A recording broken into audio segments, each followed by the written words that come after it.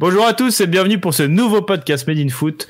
On se retrouve pour cette 33e journée de Ligue 1, même s'il y a beaucoup d'actu autour. On va évidemment pas parler de cette Super League puisque tous dans le podcast, on est tous un peu contre, on va pas se mentir. Mais en tout cas, je suis avec Léandro. Lui, c'est sûr que Nîmes jouera pas la Super League. Pour l'instant, ça joue le maintien. Salut Léandro. Bah écoute, moi je suis pas forcément contre la Super League puisque du coup ça nous laisserait des places pour aller en Europa League et en Ligue des Champions.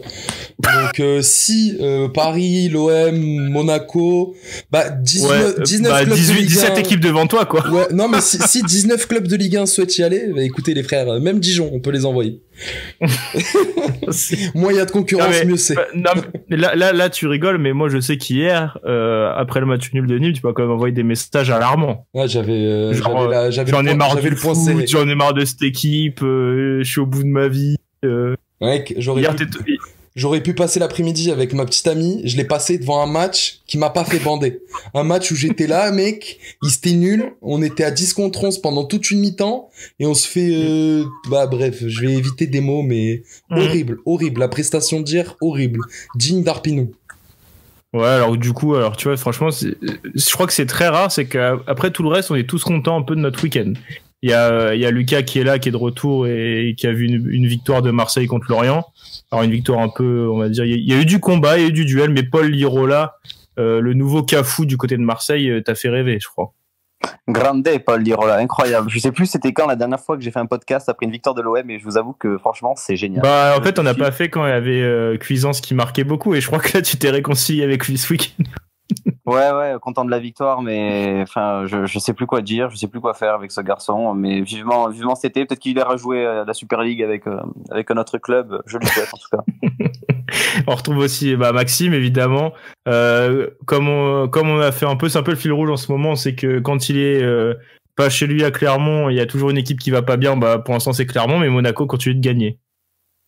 Ouais, misère. Monaco gagne, mais alors Clermont, ça va pas. Hein. Autant on a gagné en milieu de semaine contre Amiens en match en retard, mais là contre le... Ouais, mais pour pas gagner contre Amiens, quand même, faut le faire. Hein. Non, on a gagné contre Amiens, 3-0. Mais je te dis, pour pas gagner contre Amiens, faut le faire. Ah ouais. Franchement, ouais. Au moins ça, mais non, mais là, va falloir se rattraper vite. Hein. Le PFC, là, mardi, demain d'ailleurs, ça va être compliqué. Heureusement qu'il y a Monaco, quoi. Heureusement que les Monégasques sont là. Et enfin on retrouve Doumam, lui on avait parlé, match nul de Lille de Montpellier contre Lille, on l'avait annoncé quand même, un petit accrochage Montpellier, Doumam. On est d'accord, on l'avait annoncé. L'avait annoncé, ça fait longtemps moi que je le dis, quand on parlait du calendrier, il y a peut-être 2 semaines, j'avais dit attention à Montpellier, peut-être même s'il ne joue plus rien, attention. Même la semaine dernière, non, justement, on joue plus rien, on va pas reparler de ça, mais bon match de Montpellier, bon match, on en parlera, je suis mitigé quand même sur la prestation. Et à côté, on a vécu un sacré scénario entre Paris et Saint-Etienne, on s'est fait chier pendant 75 minutes, les 20 dernières minutes sont belles, parce que les 75 premières, à 13h, là, c'était l'heure de la sieste. C'était compliqué pour les organismes, c'était compliqué. Ouais, pour les spectateurs aussi. Oui, forcément. Heureusement que la Formule 1 partait pas en même temps, parce que sinon j'aurais changé de chaîne depuis bien longtemps.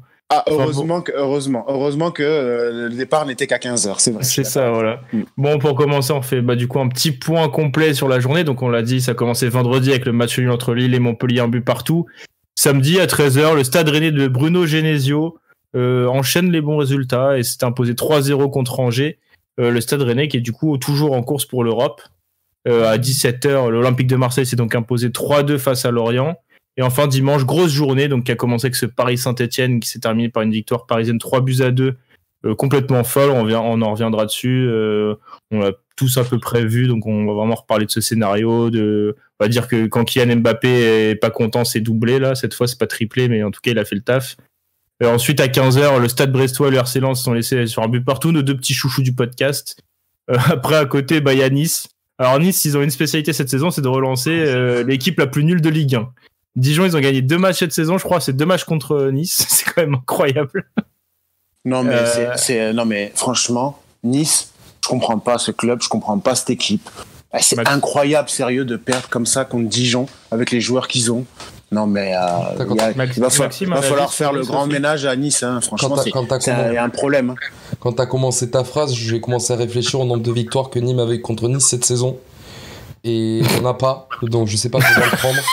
Mais écoute, ça fait plaisir d'entendre ces mots. Il y a même une défaite en plus en Coupe de France. C'est ça le pire. Il y a vraiment zéro. Avec un doublé de Ronny Lopez qui avait pas planté un but de la saison. Je crois que c'est ça le pire. Maxime, un petit mot sur Nice aussi ou... Non, écoute, ils sont généreux les Niçois, ils relancent Dijon, ils font marquer Benzia et Shafik. Enfin, relancer Bravo, Dijon qui a 13 points de retard sur le barragiste. C'est pas trop une relance, c'est genre en gros, on vous stoppe votre triste record de défaites d'affilée, quoi. C'était plus ça. Exactement, il leur évite de se taper la honte et puis eux ils se la tapent bien. Alors après, il y a le Nîmes Olympique qui aurait pu profiter de la défaite de Lorient pour partir de cette place de barragiste, mais au final, non. Nîmes, voilà, Nîmes avait du coup le match en main, on va dire, Leandro, et puis au final, ça a craqué, quoi. Mais la vraie question, c'est est-ce qu'on a vraiment eu le match en main, quoi. C'est ça le ah ouais, toi Ah ouais, hier vraiment. Même quand tu gagnes 1-0, tu le sais que. On en reparlera plus tard, tu vois, mais là, Pascal Planck. J'ai l'impression que l'euphorie est un peu redescendue. Je sais pas si... Non, je pense pas. Je pense que c'est un petit coup de mou. Et une fois de plus, Renaud n'était pas dans un bon jour, mais on en reparlera tout à l'heure. Ah oui, c'est vrai. Renaud, il part le couteau suisse, ni moi. Après, on a vu... Oui ? Qui voulait parler ? Nobody. Non, personne. Ah bon, ok. Du coup, on continue. Alors, au stade de Reims-Metz, là, c'était vraiment un match au bout de l'ennui, 0-0. Est-ce que c'était étonnant ou est-ce qu'il fallait s'en douter ? Je pense qu'il fallait s'en douter. À 17h, du coup, Monaco a fait le travail face à Bordeaux, un piètre Bordeaux, encore une fois. Kevin Volland s'offre un sacré but, d'ailleurs. Je pense que Maxime peut que être d'accord. Mais Kevin Volland, pour moi, avec Lucas Paqueta, je pense que c'est les deux meilleurs recrues cette saison en Ligue 1. Et je pense que tout le monde est d'accord là-dessus. Écoute, je pense que même Volland, c'est même un petit peu meilleur que Paqueta parce que en termes de constance, c'est quand même assez incroyable. Le but qu'il met hier, il est magnifique. Attention, et là, Paqueta quand même, depuis qu'il est en Ligue 1. Non, Paqueta, moi j'aime beaucoup. Alors là, Paqueta, depuis le Milan, enfin depuis qu'il a signé au Milan, je le suis et je trouve que c'est vraiment un joueur rare en plus. Mais là, je le trouve un peu moins bon. Hier, il a été un peu moins bon aussi. Sauf que Volland, lui... un peu moins bon, il fait une passe D. Quand même, ouais. Oui, il fait une passe D, mais à un moment donné, il a un 3 contre 1, et il veut tenter un lob de 40 mètres. Alors attends, on va en parler. Alors quand t'as Karl Toko Ekambi qui part et Islam Slimani, pour moi, Lucas Paqueta fait le bon choix. Oui, déjà, mais alors peut-être, mais c'est pas le jeu, quoi. C'est pas le jeu. Donc voilà, c'est genre de petites choses, des petites paires de balles qu'il a pas l'habitude. Voilà. Là, Volland, il marche sur l'eau, il fait que marquer. Hier, il met un but encore magnifique dans le jeu, il est impressionnant. Franchement, moins dur avec Paqueta, tu vois là, tu m'étonnes, d'où même. Oui, non, Paqueta, j'aime, mais t'es plus gentil avec des joueurs qui méritent moins avec que. Comboiré, oui, parce que je pense que Paqueta. Il y a Leandro qui lance un débat parallèle complètement sérieux. Leandro, il peut se péter aujourd'hui. Mais attends, moi je voulais juste revenir. Vous êtes là pour parler de tout le monde et vous oubliez le prince Birger Meling. Il en est où dans ce classement des meilleurs recrues de Ligue 1? C'est vrai que c'est une super grave, ça. Surtout Karim Arribi. Ouais, non. Non, mais surtout sur le prix, ouais. Le prix, Meling, c'est l'une des meilleures recrues de Ligue 1. Et je dis même pas ça au second degré, je dis ça au premier. Oui, je crois que tu me disais, je dis même pas ça parce qu'il est ni moi, j'allais dire si, un peu quand même. Non, mais après, en termes de rapport qualité-prix, Meling, c'est incroyable. Hein. En termes de rapport qualité-prix, c'est Gouiri, je pense, qui est... C'est vrai aussi, c'est vrai. Ouais, Gouiri aussi, ouais. Merci Lucas, j'ai pas voulu le dire parce que je parle souvent de Gouiri, merci de remettre l'église au milieu du village. Ouais, pas de soucis. C'est dommage que son club pue la merde. Vas-y. Et enfin, Nantes, du coup, on l'a dit, s'est incliné 2-1 face à l'Olympique Lyonnais en clôture de cette belle journée. Allez, on va le dire quand même. On commence du coup avec ce Lille-Montpellier, Doumam. Est-ce que tu veux lancer là-dessus? Est-ce qu'on lance Maxime pour raconter un peu le fil du match peut-être? Et toi, tu as donné ton impression. Ok, ça marche. C'est parti. Maxime, je t'écoute. Ça marche. T'as la pression là d'un coup là. Maxime qui a actuellement 2 barres de réseau à Clermont. Ça prévient pas comme ça. Vas-y Max, profites-en. C'est vrai que j'ai vraiment 2 barres par contre. Non mais c'était un match attendu et comme tu l'avais dit Julien et comme vous l'aviez dit avec Doumam, c'était un match où peut-être Lille pouvait perdre des points et c'est un match qui a démarré très très fort avec un coup franc de Savanier sauvé par Mike Maignan et dans la foulée une réponse de Burak Yilmaz qui ouvre trop son pied devant Omlin. Ah, on a perdu la connexion avec Maxime, j'ai l'impression. Wesh, vous m'entendez pas? Ah, ça y est, c'est bon. Putain, tout le temps. Ça a coupé où? C'est pas grave. C'est là, juste Yilmaz couvre son pied, on enchaîne, c'est pas grave. Petit bug de connexion, ça arrive. Ok, donc ouais, Burak Yilmaz qui a raté son face-à-face avec Omlin. C'est un match qui est parti un peu fort. Lille a pris un peu la mainmise sur ce match, mais s'est fait surprendre par Montpellier sur une attaque placée, un renversement de jeu de Savanier et la Ferry qui, comme la semaine passée, nous gratifie une passe incroyable. Ouais, Pirlo. Bah, franchement, la passe dans le dos de Renildo pour la board. Centre pour qui? Bah évidemment Andy Delors, la tête plongeante, ça fait 1-0. Mais la connexion entre les deux est incroyable. Et ensuite, Lille donc menait à tout tenter pour revenir, mais que ce soit des frappes de Weah, de Bamba, de Tcheka, de David, ils sont tous tombés sur Omlin. Ou alors ils ont manqué le cadre. Même Benjamin André a touché le poteau peu avant l'heure de jeu, il me semble. Et finalement, c'est le salut est venu de Luis Araujo qui avait plus marqué depuis novembre. Et là, qui nous gratifie d'un enchaînement incroyable sur un centre de Tchelik, contrôle du gauche. Quand même, le placement. Ah oui, le placement de Souquet, j'ai cru que tu parlais du but. Non, le but est magnifique parce que incroyable, mais il est tout reprise de l'extérieur. Oui, Souquet est clairement coupable sur ce but. Bon, Lille, un but partout, il limite la casse, mais on voit que en ce moment, Lille, ça pêche un peu, hein, comme l'avait dit Galtier avant match. Offensivement, il y a contre Metz. 2-0, on disait qu'il y avait la chance, on disait qu'il y avait de la chance du champion. Je crois que c'était avec Lucas qu'on en parlait, même le soir du match où Maignan fait des arrêts de ouf. T'as qui c'est qui rate la frappe là de Metz là, où on a parlé, ou même contre Dijon où t'as Mama Baldé qui... Ah non, c'est contre Monaco, pardon, j'ai rien dit. Mais en tout cas, contre Metz, il y avait une chance du champion quand même de Maignan. Là, cette fois, c'était plus dur. Hein. Ouais, après, c'est pas mal de au vu de la physionomie du match, certes, ils ont dominé, mais on a longtemps cru qu'Omlin allait tous sortir. Et finalement, peut-être 2 points de perdus, ils ont grillé leur joker. Maintenant, à eux de faire le travail. Hein. S'ils gagnent leurs 5 prochains matchs, ils sont champions. Ils ont leur avenir entre les mains. Après, c'est vrai que quand on voit le niveau de jeu ces dernières semaines, c'est moins flamboyant que ça ne l'a été. Surtout que le prochain rendez-vous, c'est l'OL. Ouais, c'est ça. Exactement.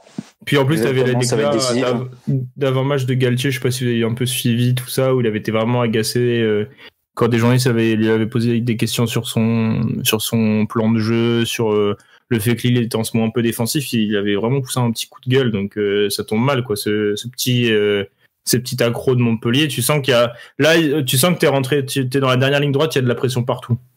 Ouais, mais lui aussi, avant match, il avait dit qu'il avait reconnu que son équipe allait moins bien offensivement et avait moins d'idées.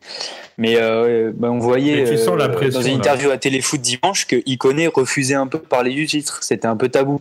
Sauf que les gars, vous êtes premiers à 5 journées de la fin. Ouais, mais tu sens que là, c'est pas grave d'en parler, quoi. C'est là qu'on va voir l'équipe et les équipes. Et ils sont chassés. Il faut pas oublier qu'ils sont chassés, donc ils ont d'autant plus de pression que. Mais encore, ils ont de la chance. Ils ont plus de chance, c'est que là, par exemple, ce week-end, ils ont joué en premier.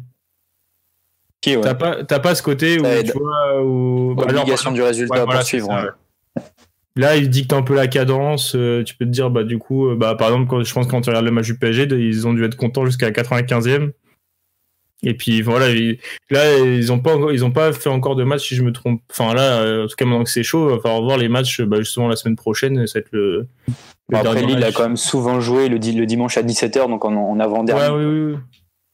Ouais, mais là, tu as un point, il te reste 4 journées. Là, c'est là que tu vas avoir un peu le mental des joueurs, le mental de chacun. Ça va être compliqué avec un groupe qui est assez jeune et qui a pas beaucoup d'expérience, pas beaucoup de palmarès. J'allais venir, au final, c'est celui qui a peut-être le moins d'expérience de tous. Hein. À part Fonte à Lille, t'as pas grand monde. À Monaco, t'as quand même Ben Yedder, Voland qui ont quand même de l'expérience. Paris, n'en parlons pas. Et même Lyon, t'as Memphis, Slimani qui connaît un peu le niveau international. À Lille quand même, t'as un Deschilio qui a joué avec la Juve. André, il a pas gagné grand-chose avec Rennes. Hein. Oui, il a pas gagné grand-chose, mais je veux dire en termes d'expérience pour aller chercher quelque chose. Mais lutter pour le titre, c'est vraiment du taf, quoi. Genre c'est vraiment un truc. Il y a un aspect technique et tout, mais mentalement, faut pas craquer. Ouais. Parce qu'il connaît, faut l'avoir peut-être déjà vécu. C'est ça, il connaît, tu vois, il l'a vécu de l'intérieur, mais c'était pas un joueur influent PSG, pareil pour Weah, tu vois. T'as Yilmaz qui connaît ça parce qu'il a fait tous les Yilmaz, c'est ça, Yilmaz, il est champion. Mais tu vois, regarde, t'as Yilmaz, t'as Fonte qui connaît ça aussi Lui, c'est par l'expérience qu'il a et qu'il connaît ça, mais le reste, tu sens que ça va être une équipe, ça va peut-être leur brûler les pieds. Moi, j'espère pas que jusqu'au bout, il va y avoir une grosse lutte, mais tu vois, c'est peut-être un facteur à prendre en compte. Ouais, c'est pour ça que, quand tu regardes le match, Montpellier, franchement, ils se sont fait, première 20 minutes, t'es là, jusqu'au but, tu marques. Et après le but, de suite, tu recules. Et ça, c'est vrai que j'ai eu beaucoup de mal avec la philosophie de jeu en termes d'équipe. Pourquoi tu recules alors que tu gagnes 1-0, sachant que tu voyais que Lille, justement, ça rentrait pas. Il y avait des vagues, il y avait des assauts, mais tu sentais que c'est Lille qui te fait reculer, je pense là pour le coup. Je pense que c'est pas volontaire. Regarde contre Marseille, par exemple, si tu te bats sur le dernier match, Montpellier a pas fermé le jeu, au contraire, c'est pour ça qu'ils se font égaliser, tu vois, genre en fin de première mi-temps. Je pense que là, pour le coup, je pense que c'est Lille qui les a. Lille les a fait reculer, mais eux, ils avaient la qualité pour pouvoir le faire. Ils avaient la qualité, je pense, pour pouvoir justement un peu plus les embêter. Pourquoi t'as peur? Pourquoi quand tu gagnes 1-0, tu recules? Non, je pense que c'est une question de mentalité aussi. Fallait aller chercher plus haut. Pourquoi ils n'ont pas joué comme ils ont joué en première mi-temps? Ils ont mis un but superbe avec une action superbe. C'est vrai que ça s'est travaillé à l'entraînement parce que c'est exactement le même, on va dire le remake par rapport au but de Delors contre Marseille. Donc c'est bien. On a un super duo. Donc pourquoi tu recules? Voilà, moi c'est ça que je me posais les questions à l'équipe. Pourquoi cette équipe recule? Ah bah oui. Ben bien sûr, parce que tu aurais dû avoir d'autres occasions justement pour pouvoir essayer. Je pense que t'as les deux trucs, le fait de t'être fait que tu dominais, que t'attaquais vraiment à mort. Montpellier-Marseille, la première mi-temps, Montpellier, dès qu'il y avait le ballon en attaque, tu vois, il se projetait énormément et tout. Et je pense que t'avais ce côté, pas perdre l'avantage que t'as. Encore plus quand tu vois que Lille est vraiment pas dedans ou tu vois, il manque le dernier geste. Et ouais, il manquait de là-dedans. Donc au final, tu fais ça, tu recules et tu perds. Enfin, tu es fait égaliser à 5 minutes de la fin. Donc, tu sens que... ouais, mais après, ce que je t'ai dit, Lille, c'est une équipe qui, quand elle arrive à enclencher son pressing, t'as du mal à sortir, même si t'as des bons joueurs de ballon. Enfin, j'ai pas envie de Savanier, Ferry... J'ai pas envie de taper sur toujours les mêmes, tu vois, mais il y en a quelques-uns qui étaient encore pas très bons...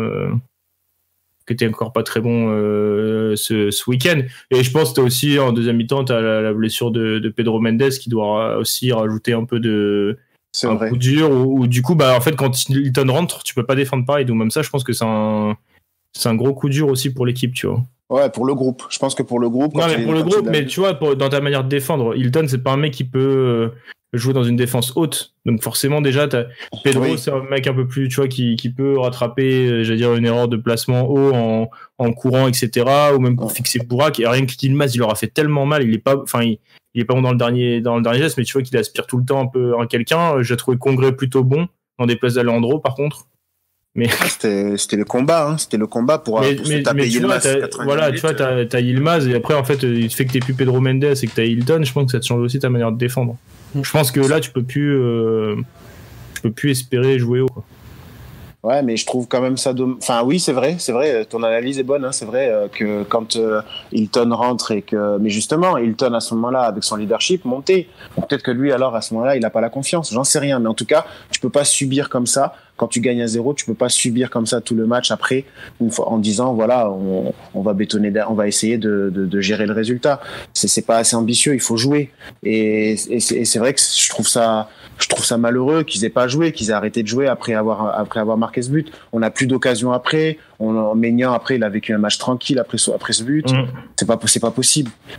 Et donc tu peux pas forcément ambitionner jouer l'Europe si t'arrives pas. Je pense que ça y joue aussi. Ouais, mais c'est dommage. Franchement, j'ai été déçu.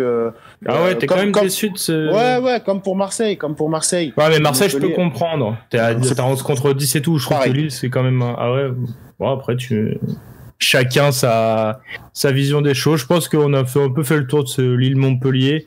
Lucas va passer à Marseille-Lorient. Et du coup, l'éclosion encore un peu plus chaque week-end de Paul Lirola, que j'avais déjà trouvé très bon contre Marseille. On a un peu contre Montpellier, pardon, on a un peu parlé. Et puis là, le sauveur. Hein. C'est ça, ouais. Encore une nouvelle bonne performance de l'Espagnol, mais il vient vraiment sauver une équipe qui est en difficulté face à Lorient. les Olympiens, ils ont eu le ballon pendant tout le match. Ça, il n'y a pas eu de souci là-dessus, mais c'est ce qu'ils en faisaient justement du ballon qui posait problème. La première mi-temps, ils finissent avec plus de 75% de possession, mais c'était vraiment affligeant à voir, quoi. C'était des passes latérales. Impossible de trouver les intervalles et les joueurs il y avait des appels de Milik qui s'est tué pendant toute la première mi-temps à partir dans le dos de la défense mais ne recevait jamais rien. C'était vraiment pour le coup lui il est généreux au niveau appel à chaque fois. Franchement il est irréprochable sur ça, mais le problème c'est que le meilleur attaquant du monde, s'il a pas de ballon, il peut pas en faire grand chose et après mi-temps j'ai pas la statistique, mais elle doit être vraiment affligeante. Et du coup, les Lorientais, eux, ils en profitent à la 20e sur leur seule occasion de la première mi-temps. Ils partent en contre où Balerdi et Sakai jouent un peu mal le coup. Ils défendent un peu trop en reculant face à Terem Moffi qui part dans le dos de la défense. Et Mandanda fait une sortie comme s'il avait le poids de Dimitri Payet à l'époque. Je sais pas, il se couche à une lenteur, c'est incroyable. On a l'impression que Terem Moffi il le dribble au ralenti, puis ensuite il propulse le ballon au fond des filets dans les cages vides, et là quand on voit l'ouverture du score des Merlus, on se dit qu'honnêtement ça va être terminé, que je vois pas ce qui pourrait changer l'état d'esprit des Marseillais. Puis au retour des vestiaires, Sampaoli remet Thauvin sur son côté droit, Luis Enrique rentre à la place de Lucas Perrin, donc un choix assez offensif, et sur les 10 premières minutes de la seconde mi-temps, Dimitri Payet égalise d'une super belle reprise de volée sur une remise de la tête de Milik, et ensuite le fameux Paul Lirola qui redonne l'avantage à l'OM sur un ballon en profondeur de Thauvin. Super finition pour un défenseur. Enfin, on sent que c'est un défenseur quand même qui est porté vers l'avant parce qu'il tremble pas trop devant les cages. Et ensuite c'est encore Terem Moffi qui va égaliser. Et une nouvelle fois, sacré match, sacrée saison, sacré match, sacré joueur, hein. Terem Moffi, ouais, honnêtement, c'est là, à mon avis, il est un peu à l'image de son équipe. Des fois, il peut passer à travers sur un match. Quand il est pas dedans, c'est vraiment pas, c'est vraiment pas ça, mais quand il décide que c'est son match, c'est un super joueur. Moi qui le connaissais pas, franchement, agréablement surpris cette année, hein, entre lui et là encore, pas mal. Ça sauve Lorient en plus, parce que Gribic qui a été recruté pour combien, Maxime, tu vois, mais c'est toi un peu l'expert Ligue 2 ici. Très cher. 10 ou 11 millions, je crois, si je dis pas de conneries. Ouais, c'est au plus de 10, ouais. Ouais, 12. Pour qui? 12. Pour Gribic. Gribic, c'était 9 millions plus 1 million de bonus. Tu vois. Ouais, voilà. Sort de Clermont en plus, c'est vrai. Exactement. Lorient doit bien le regretter parce qu'il est pas. Et Clermont le regrette. Il est pas bon, quoi. On le regrette. Écoute, on a trouvé Momo Bayo, l'enfant du club, donc non, on le regrette pas. Il nous a rapporté plus gros transfert de l'histoire du club, donc non, pas vraiment. Non, mais ouais, pour revenir à Moffi, il sauve quand même le cul du président Ferry avec ses prestations. Mais tu peux reprendre, Lucas, je t'en prie. Non, mais c'était le sujet. Terem Moffi, qui va encore une fois trouver le chemin défilé il profite d'une perte de balle de Thauvin pour placer une super frappe enroulée dans la lucarne qui bat évidemment Mandanda. Et les dernières minutes, ça va d'un camp à l'autre. On sent que ça peut basculer d'un côté comme de l'autre. Il y a aucune équipe qui est réellement qui domine vraiment la fin de rencontre. Mais c'est encore une fois Paul Lirola qui récupère un ballon aux abords de la surface, et puis depuis son côté droit frappe fort à l'inter au second poteau et offre la victoire à l'OM. Et un beau but, une belle prestation, une victoire très laborieuse de l'OM, même si la seconde mi-temps elle est rassurante, mais on sent que ça va dans le bon sens. C'est poussif, mais c'est compliqué. C'est assez compliqué. C'est poussif, mais c'est positif en même temps. Je sais pas comment l'expliquer. En fait, tu vois que par période, Sampaoli commence à mettre son truc en place, et à côté, tu vois les vestiges de Villas-Boas ou d'une équipe qui était pas du tout en confiance pendant 6-7 mois, en fait.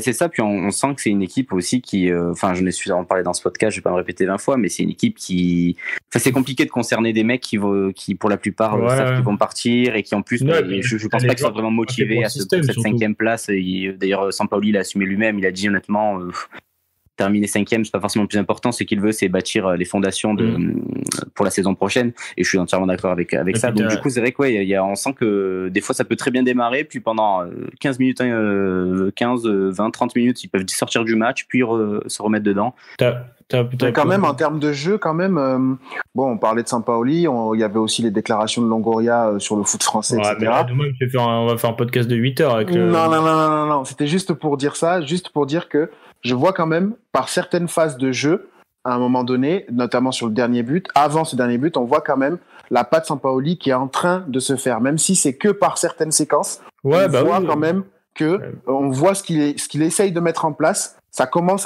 à se voir. Ils n'arrivent pas à le faire pendant 90 minutes, mais on commence à le voir. Et c'est là que c'est quand même intéressant. Ça va avec ce que je dis, c'est que tu n'as pas les joueurs aussi. Sampaoli n'a pas tous les joueurs qui collent à son système. Donc il doit, exactement. Il doit essayer de construire. Par exemple, Lirola, on voit que c'est un joueur parfait pour lui. Et il fait tout ce qu'il attend de lui. Par exemple, même contre Marseille, quand on voit son centre parfait là, sur le but de Pape Gueye, c'est pas tous les latéraux qui peuvent le faire. Enfin, en tout cas, pas tous ceux de l'OM. Lirola, c'est un mec qui colle parfaitement.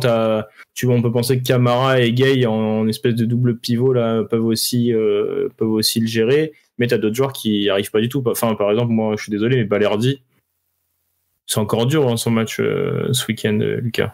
C'est assez compliqué. Il est un peu justement comme l'homme de Sampaoli, sauf que lui, c'est depuis le début de la saison, c'est-à-dire je l'ai vu faire des bons matchs, même des très bons matchs. Mais des fois, il est. Ouais, il y a des matchs où je veux pas être méchant, mais il est bête un peu. Enfin, je te trouve vraiment un peu bête. Mais de toute façon, dès qu'il doit un peu aller au duel contre l'OM, contre Montpellier, il avait Delors ou Laborde, faut se les farcir. Là, t'as Terem Moffi, faut vouloir y aller. Après, c'est aussi les conséquences de son physique un peu léger, où c'est plus un joueur de ballon, etc., qu'un défenseur dur sur l'homme, quoi. Pour moi, c'est pas un défenseur central. Il va ressortir la théorie du 6, là. Ah oui, pour moi, c'est pas du tout un défenseur central. On l'a encore vu sur ce match. Franchement, il aime pas aller au duel, il aime bien prendre le ballon. Et je trouve que dans l'utilisation du ballon, il est pas mauvais, mais dans le duel, il est pas bon. Dans l'anticipation, quand il y a derrière, ça va pas. Moi, je pense que le système A3, ça lui va pas non plus. Enfin bref. Je suis un peu circonspect, même déjà contre le match contre Montpellier, je l'avais pas trouvé exceptionnel, je me disais mais c'est bizarre. Voilà, donc bon, je dirais pas qu'il est surcoté, mais je pense qu'il est mal utilisé. Je pense vraiment pas que c'est un joueur qui doit jouer défenseur central. Moi je pense surtout qu'il est quand même, il est vachement jeune. Il a une carrière qui est assez, il a vraiment un parcours qui est assez bizarre. Il part très tôt d'Argentine pour aller à Dortmund où il ne joue pas du tout. Là il arrive avec un prêt, une option d'achat très élevée. Enfin il fait que bouger de pays. Enfin il a pas de stabilité dans sa carrière.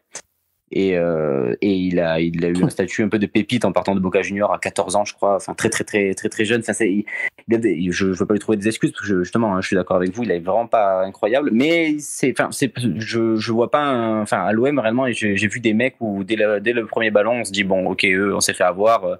Lui, je sais pas, il a 18 ans.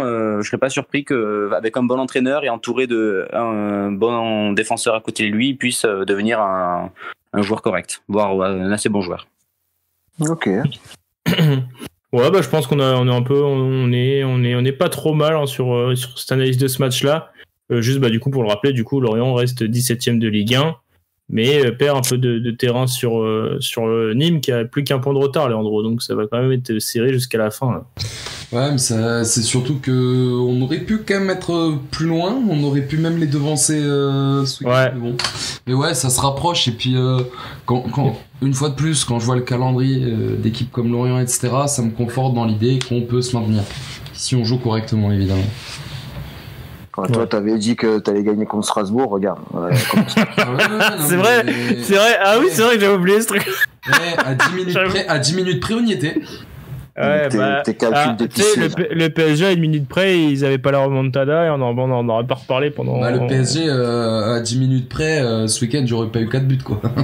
Ouais, mais bon, tu seras content, du coup, avec la Super League, Paris pourrait avoir plus de temps pour affronter les gros clubs. Non, mais franchement, c'est. Ouais, mais après, tu vois, trouvé... même Lorient en soi, ça me fait chier. Enfin, ça me fait chier entre parenthèses qui descendent parce que c'est un club qui a quand même des bons petits joueurs, etc., tu vois, mais bon, dans la lutte entre eux ou Nîmes... Ah bah oui.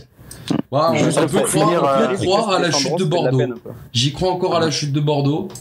Gros bisous à Nando. On se revoit en Ligue 2, on l'espère, un de ces quatre. Mais plus tard possible. Plus tard possible, ouais. Vous avant nous, quoi. juste pour finir, pour ce match, je voulais dire à Lucas, Longoria, je suis méga fan. Ce qu'il a dit, il a dit la vérité. Donc voilà, c'était juste pour dire que bravo à votre président. Lui au moins, il dit la vérité. Je crois que Doumam, il a un avis différent en semaine A et en semaine B. La semaine dernière, il défendait Comboiré. Ouais, je te rappelle que derrière moi, il nous a défendu Comboiré et Genesio. Il nous a Doumam, il a muté son micro. J'avoue que c'est vrai, Doumam, tu nous as défendu. On va faire un aparté. Tu nous as défendu Comboiré et Genesio dans ce podcast ici même. Devant ces gens, devant tout le monde. Ouais, devant tout le monde. Et là, je t'ai vu sur Twitter quand je t'ai envoyé des éclats de Genesio. T'as été déçu. Non, mais je veux pas en parler. Tout le monde peut faire des erreurs. Les erreurs de jeunesse, on va mettre ça sur les erreurs de jeunesse. C'est le début de ma carrière, soyez cool.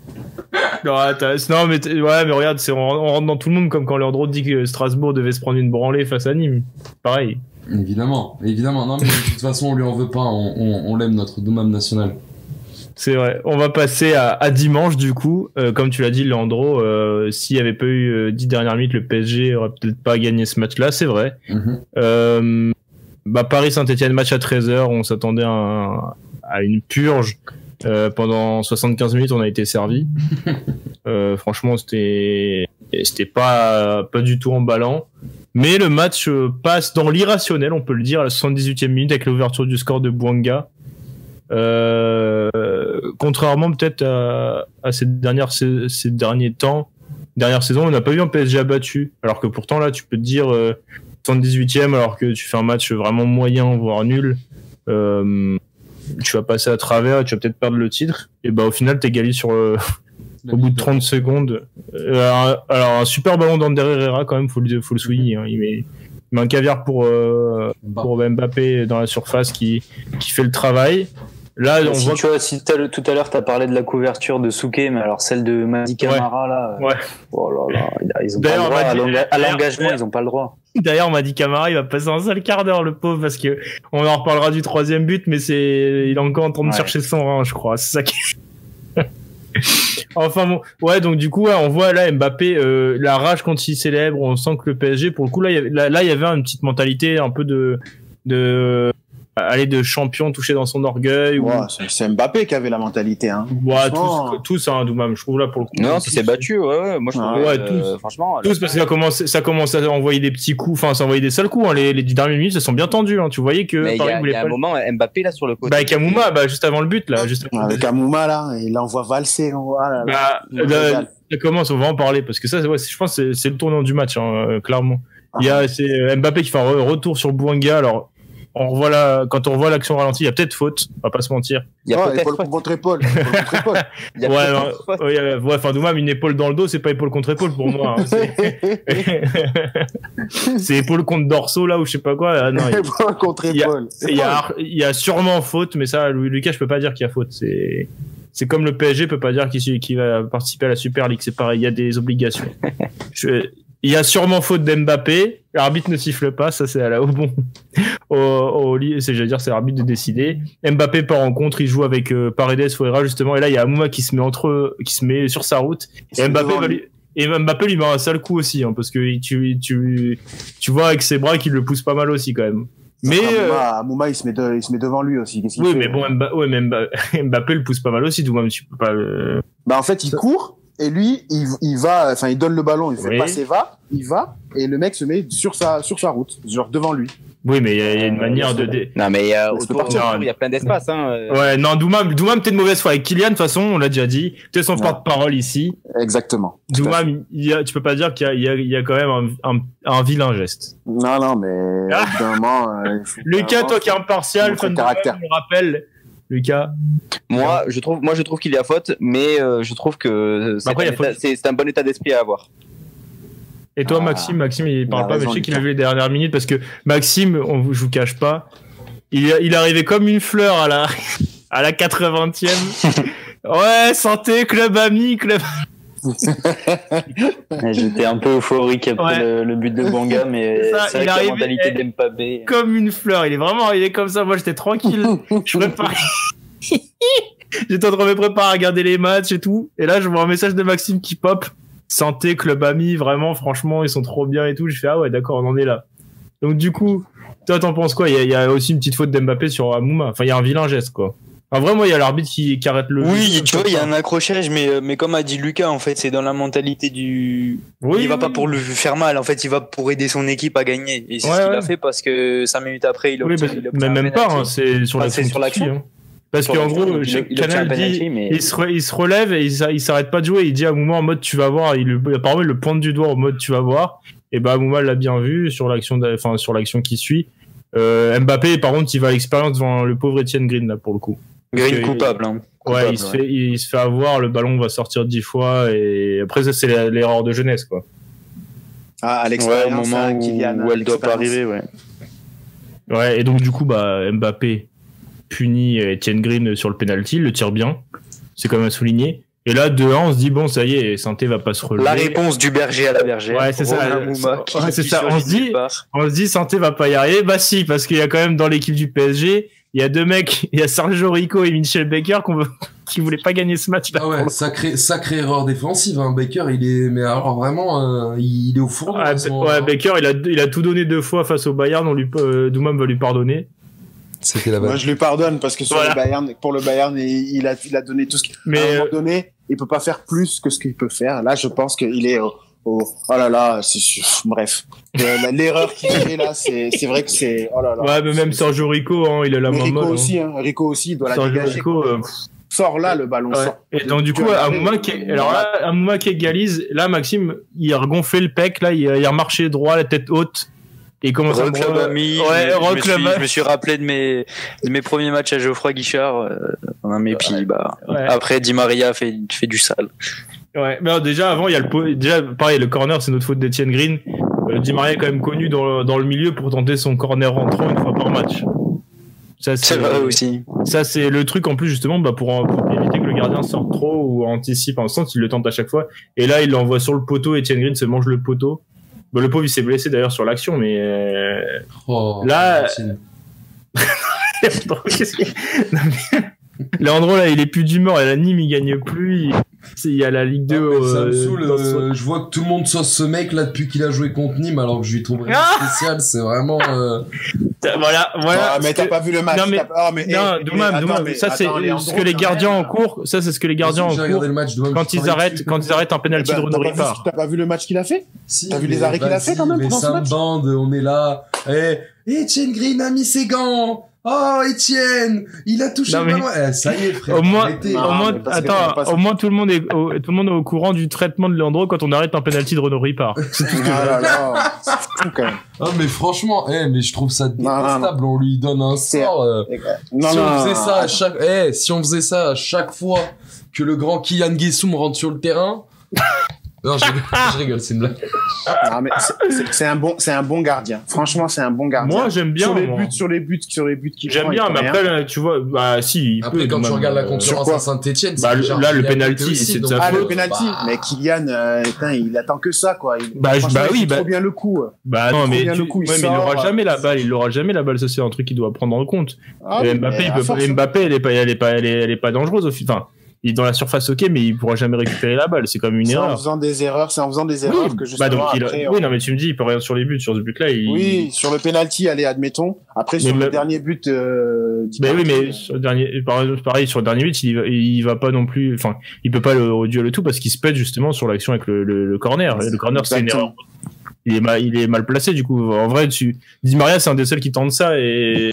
Soit le staff l'a pas prévenu, mais bon, même si moi je le sais, je pense fait ça à chaque match, Di Maria. Hein. Bah oui, il en tente une à chaque match. Dès qu'il voit que le Paris perd, tu sais qu'il va essayer un corner entrant. Bah justement, c'est pour bloquer le gardien, pour éviter qu'il sorte après, qu'il s'aventure dans sa surface. Et après, c'est intelligent. Et surtout que là, il le tape bien. Et Etienne Green se mange le poteau, mais violemment pour le coup, parce que le bruit que ça fait. Ouais, et c'est pour ça qu'après il peut pas sauter. Bah oui, c'est ça. C'est pour ça que je dis ça. Mais ça me rappelle un peu Lloris quand il se pète avant France-Portugal. Ah voilà, c'est ça. Exactement. Désolé de remuer le couteau dans la plaie, mais c'est un peu ça, quoi. C'est avant la frappe d'Eder à la 109e minute, c'est ça? Ouais, c'est ça, ouais. Bah, sur le coup franc de Guerrero, il se mange le poteau, pareil. Il se mange le poteau. Seul positif pour Etienne Green, c'est qu'en face de lui, il y a Jesse Moulin. Donc, tu peux être sûr qu'il peut être titulaire de Ligue 1 pour les 10 prochaines années s'il reste. Hein. C'est vraiment... Mais là, il a prolongé, hein. Le petit Etienne, il a prolongé, donc c'est bien. Et donc, du coup, on en revient comme du coup à ce troisième but. C'est sur un nouveau corner, je crois. Di Maria récupère le ballon, Madi Camara arrive, les jambes ouvertes. C'est Camara ou Trauco? Non, c'est Camara qui se prend le petit pont. Ah, je croyais que c'était Trauco aussi. Ouais. Ah non, je suis quasi sûr que c'est Camara. Vous me faites peur, mais si quelqu'un peut vérifier pendant que je raconte, mais je vais le voir. Je vais y aller. Pour moi, c'est Camara. Mais bon, petit pont extérieur du pied, ça envoie une galette au second poteau pour Icardi qui a pas joué depuis 8 ans et demi ou presque, qui saute plus haut que tout le monde, et puis but, et puis là, du coup, Etienne Green ne peut pas sauter justement parce qu'elle est quasi sur lui la balle, je pense. Enfin, ouais, mais il peut pas sauter. Voilà. Et puis le principe Icardi Mauro, il le sent bien et il est toujours là dans les 5,50 m. Ah ouais, la Douma, il nous fait argentin, tu vois.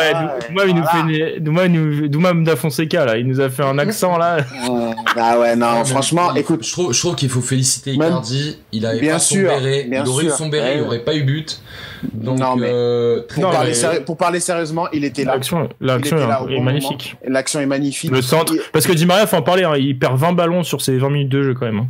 C'est vrai qu'il est pas bon, mais Di Maria c'est ça, et à un moment donné il a tellement de qualité technique, il te met le petit pont qui va bien, le centre parfait, Icardi qui sent le coup, qui saute plus haut que tout le monde et qui le met de tête opposée, donc magnifique, et c'est les bons gestes au bon moment, et voilà, Paris a gagné grâce à ses individualités, pas grâce à son collectif, et c'est ça qu'il faut retenir. Et après tu vois, le collectif, je t'ai dit, dans l'ensemble je crois que l'esprit était là hein, quand même, hein.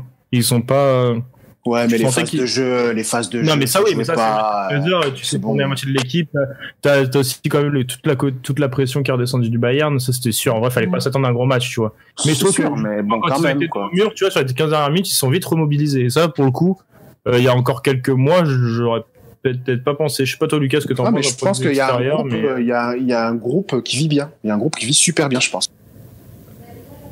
Ben là, c'est Trauco qui prend le petit pont. Ouais, c'est Trauco. Je suis en train de vérifier. Je crois bien que c'est Trauco aussi. Ouais.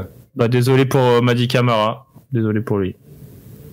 Bah t'es gentil. Mais là, c'est vrai que le PSG, moi j'imaginais, que la Ligue des Champions allait peut-être un peu plus leur plomber la fin de saison en championnat, mais au contraire, je pense que j'allais dire exploit, enfin ces grosses performances face à ces top clubs, ça leur donne, je pense, t'as un petit supplément d'âme qui se crée là. Loin d'être dans l'état d'esprit, en bazar de la Ligue 1, de toute façon, c'est la Coupe d'Europe, c'est au contraire, pour une fois, franchement, c'est vraiment le gros problème de ces dernières années du PSG. Il n'y a pas une réaction un peu pour le moment de star capricieuse ou quoi, ils ont envie de tout gagner, ça se sent, ils rentrent sur le terrain comme ça.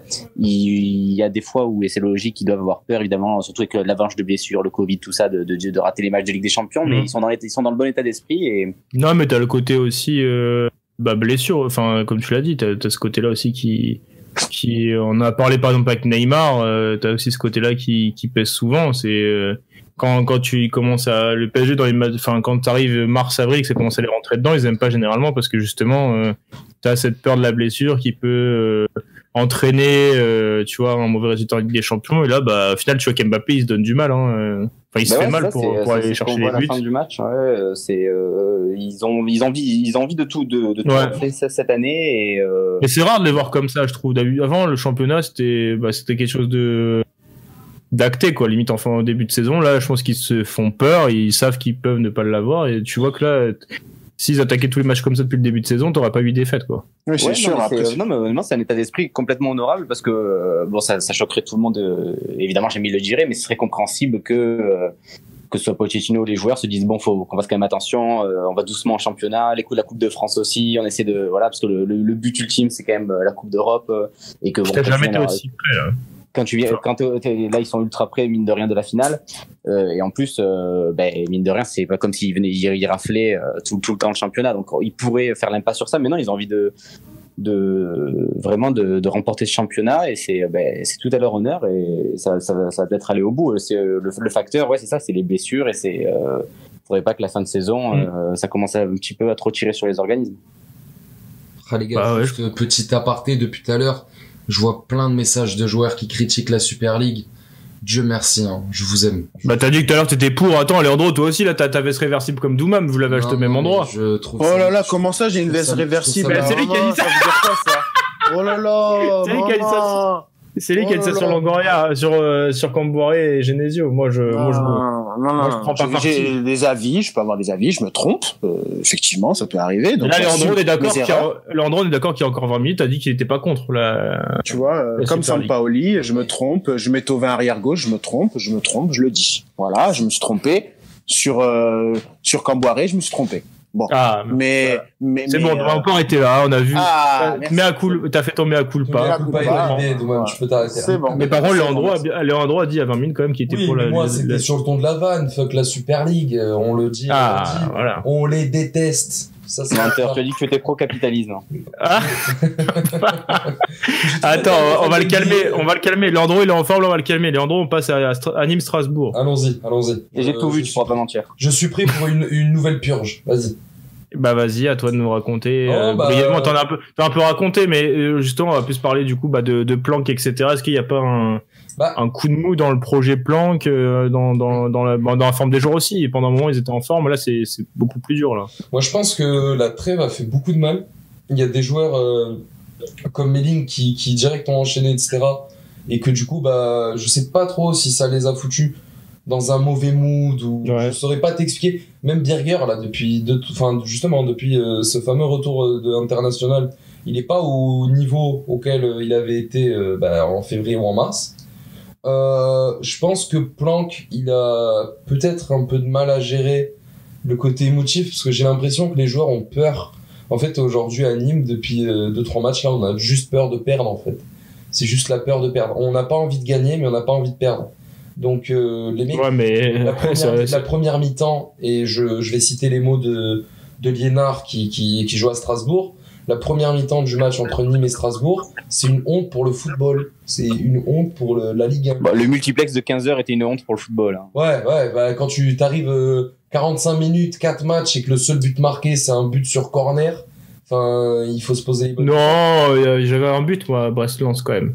Justement, le seul but qu'il y a eu c'était un but de la tête. À la 45e minute. Il faut quand même. Oui, c'est ça. But de la tête. Ils ont dit 4 coachs français, 0-0, un but sur corner. Magnifique, quoi. Super, quoi. Longoria a raison, c'est tout. Non, mais c'est obligé d'en remettre un coup, là. Doumam, là. Alors, Doumam est porte-parole de Kylian Mbappé et de Pablo Longoria, maintenant. Ah ouais, Longoria. Il va en avoir besoin. Grave. Je suis grave fan. Mais juste moi je pense que la première mi-temps il y a rien à dire, le match est horrible, il y a rien, il y a pas d'action, c'est mou que t'en peux plus, t'as juste une envie, c'est de fermer les yeux et ronfler quoi. Et deuxième mi-temps, elle commence de manière tonitruante par un carton rouge donné à Gilbert que je salue. J'espère qu'il aura profité des vestiaires pendant 45 minutes. Non, après le rouge pareil, je le trouve un peu sévère. Des échos que j'ai eu, le carton rouge aurait été donné parce que Lucado aurait quand même beaucoup crié et l'arbitre il serait il s'est vraiment détruit, alors pas du tout. Moi je trouve que le rouge est sévère.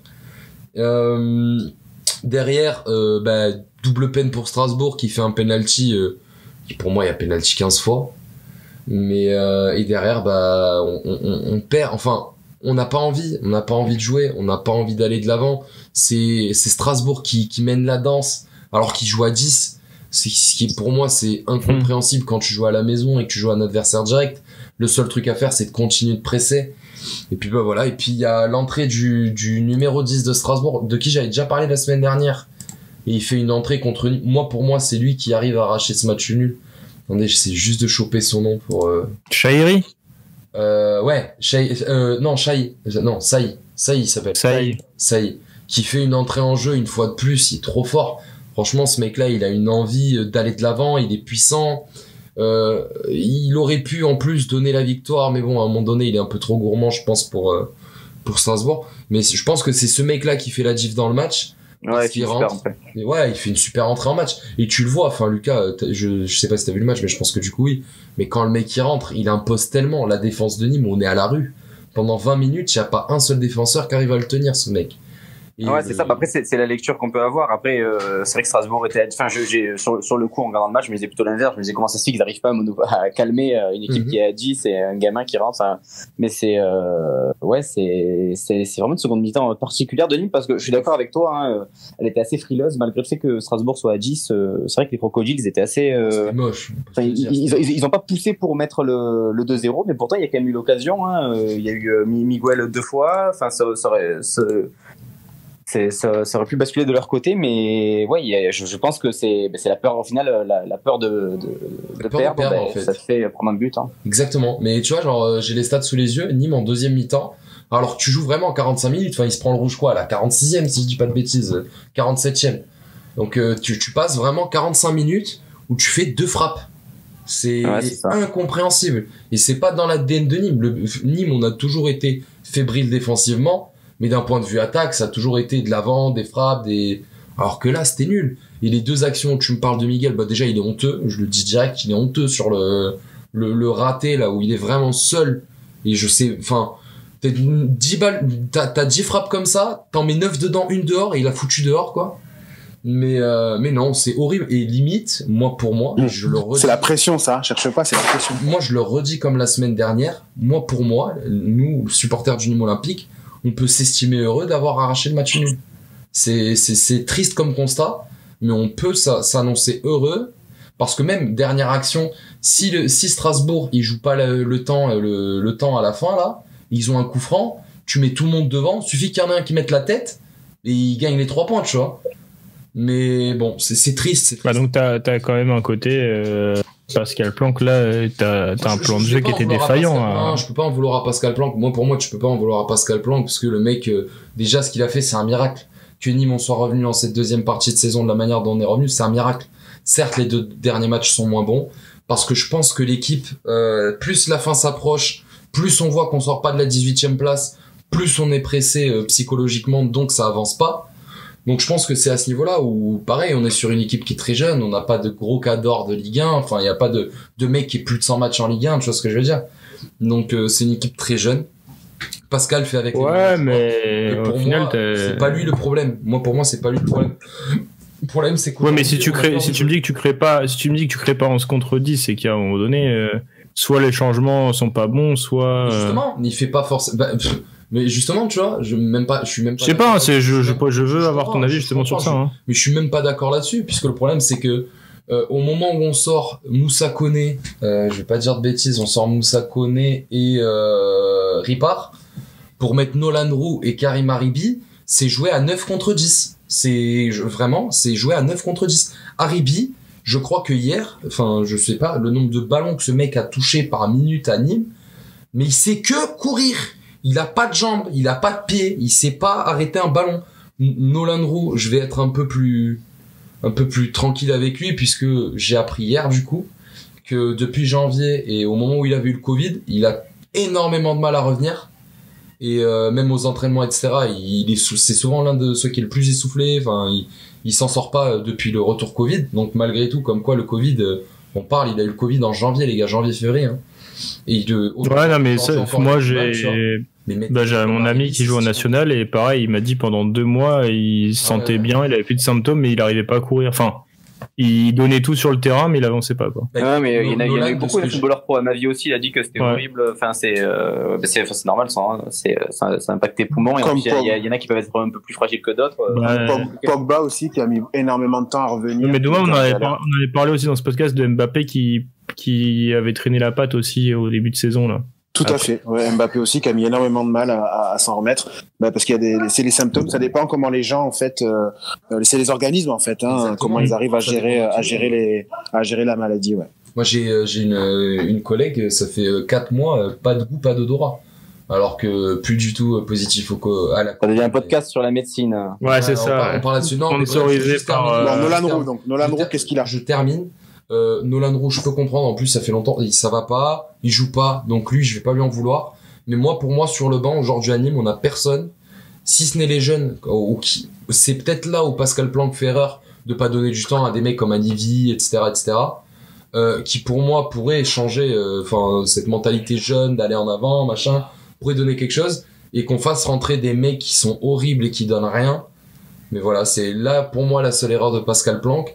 Mais je pense que si aujourd'hui Nîmes n'arrive pas à se relever de matchs comme là par exemple contre Strasbourg, où les 3 points c'est vraiment ils te l'offrent, c'est sur la gamelle les 3 points, tu prends et tu pars, t'as rien à faire.